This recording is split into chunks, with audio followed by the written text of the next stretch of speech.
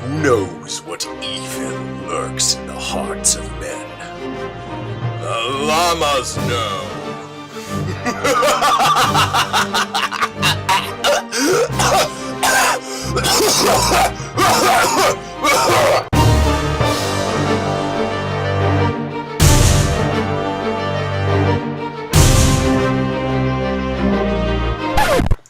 Hello and welcome to episode 5 of the Drama Llamas. Indeed. 5 whole episodes you've survived our chaos. Yeah, it's actually not been all that crazy, so that's not terribly surprising. Dr. Knight seems pretty tough. I'm sure she could survive a few more of these. Let's hope so. Anyway, first off, in Egri's book, we have sections 9, 10, and 11 of character. So, first up is section 9, antagonists. Alright, next we have section 10, orchestration, because antagonist is not even a full page long. Seriously, it's like 3/4 of a page. I thought that was rather interesting. What about you, Doug? It does, despite its brevity, Good word. does make a fantastic point about the antagonist needing to be, I believe, just as strong as the protagonist. It's very true.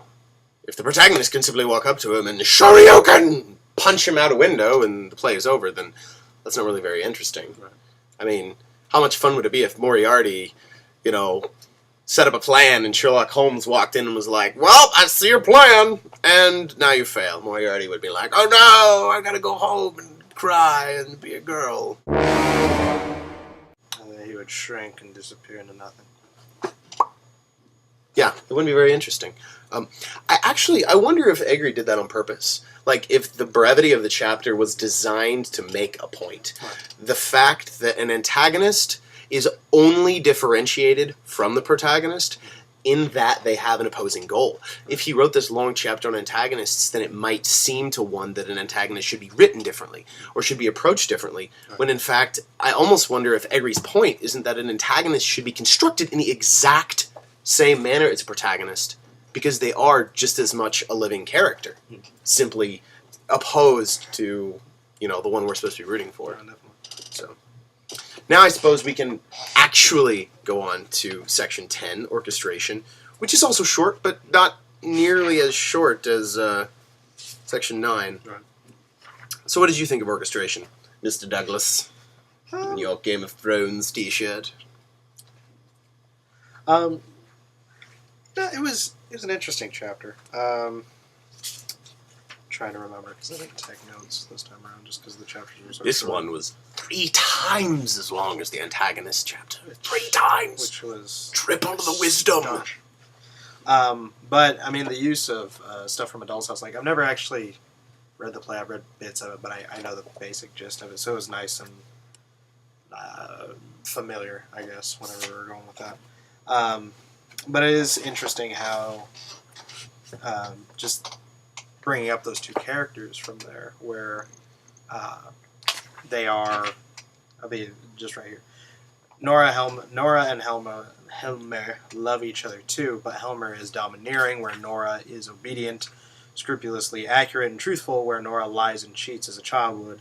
Helmer is responsible for everything he does. Nora is careless. Nora is everything Helmer is not. They are perfectly orchestrated.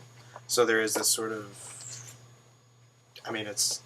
it flows very easily into the following section of Unity of Opposites, It really does.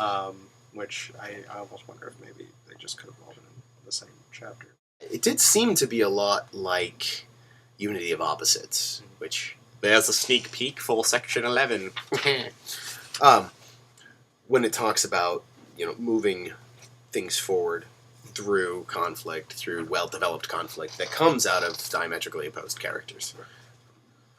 So, I wonder if we can come up with any ideas of well-orchestrated characters or scripts beyond Hamlet, Dollhouse, and the other, 4 examples Egri uses. What do you think?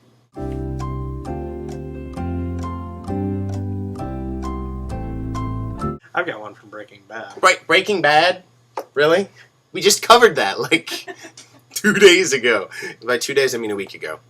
My sense of time is all distorted. Seriously, Breaking Bad. But it's so good.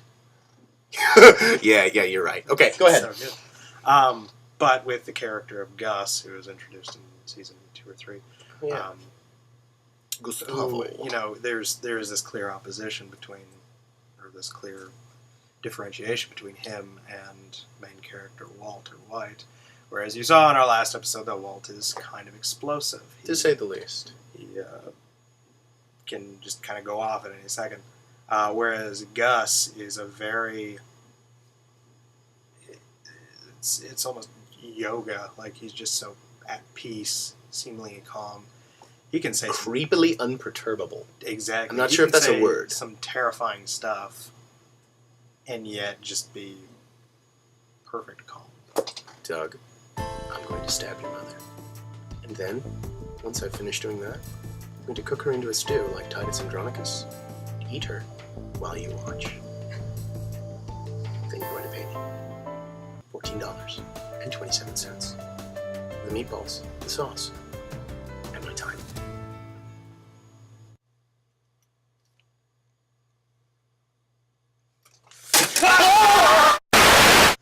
And then we've got section 11, Unity of Opposites, which is just so perfectly transitioned into from the last section, in which it's just sort of that idea of opposites being unified is introduced. And the example is so adorable. With the puppy dog, it's out in the cold, and you let him in, and then your wife's pissed at you, and then you go home, and you think it's all frozen, and then your wife comes to accept the puppy dog. It brought a tear to my eye. I'm a sap for puppies. You say nice, doggy, and since there is no unity between you two, you go on forgetting about the dog. But seriously, even though it is kind of a cutesy, campy example, it is kind of interesting how, let's see, the real unity of opposites can be broken only if a trait or dominant quality in one or more characters is fundamentally changed. And in this case, it uses the dog as an example of a pivotal character. His determination changed to human beings. The dog's determination obviously softened the heart of the wife who wanted nothing to do with him. So it's interesting that they tie the unity of opposites to the idea of the pivotal character. I thought that was kind of cool. Yeah. So, anything else on that, sir? That you can think of off the top of your head? Not off the top of my head. It's such a brief chapter. No? Interesting chapter. But... Alright, I'm going to keep making boxes around my head. Thanks for watching.